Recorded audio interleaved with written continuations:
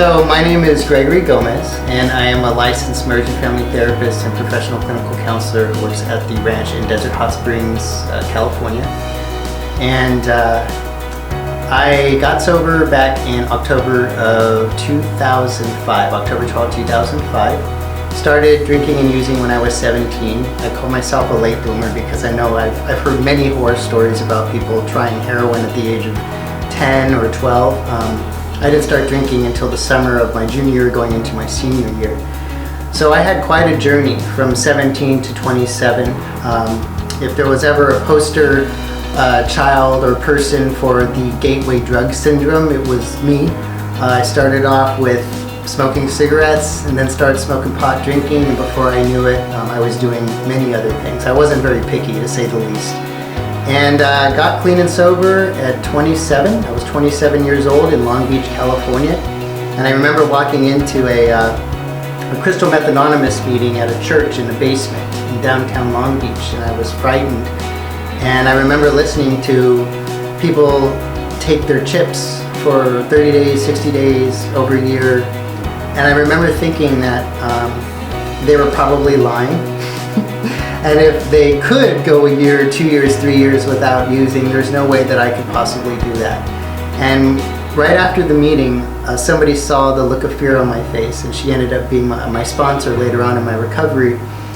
She asked me what was wrong, and I told her that, there's no way I can do this. And she said, why don't we worry about today? It's 8:15 right now, p.m. The meeting started at 7. Why don't we get through today, and then tomorrow, you can worry about staying sober tomorrow. And I thought that was a pretty cool idea. Well, days turned into weeks, weeks turned into months, months turned into years, and October 12th of 2000, we're going into 2020, I'll have 15 years of sobriety. I have 14 years. So, always wondered how I would give back to the community. There were so many wonderful, kind, nurturing people in my recovery. And I never thought that I would be able to give back to them until I started working out here. Actually, I attempted corporate America and could not stand it, and just didn't feel good about laying my head down on my pillow and waking up the next day to do it all over again. I just wasn't fulfilled. And my spouse at the time, we were just dating, said, "Hey, I work in treatment, and I get a lot out of it, and maybe you would too." And immediately I was hooked.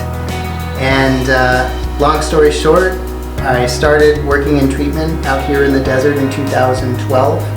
Went back to school, got my master's degree in psychology, became a therapist in 2015, became licensed in 2018, and I have absolutely, positively no regrets.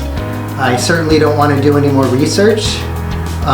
Going out and doing what I did between the years of 17 and 27, but I am truly grateful that I had those experiences because it allows me not only to give back, but to share my experience, strength, and hope to the people who walked a similar path as I did. I recognize just how disheartening and dark and twisted and that type of life is. And what's really beautiful about the Ranch Recovery Center is that we get people in all different shapes and sizes, whether they're from Desert Hot Springs or Indio. I think we got somebody in from Maryland. We get people in from out of state. We all look a little different, but at the end of the day, there's this common thread that we all share, and and that is this insatiable desire to love and to be loved and to be accepted.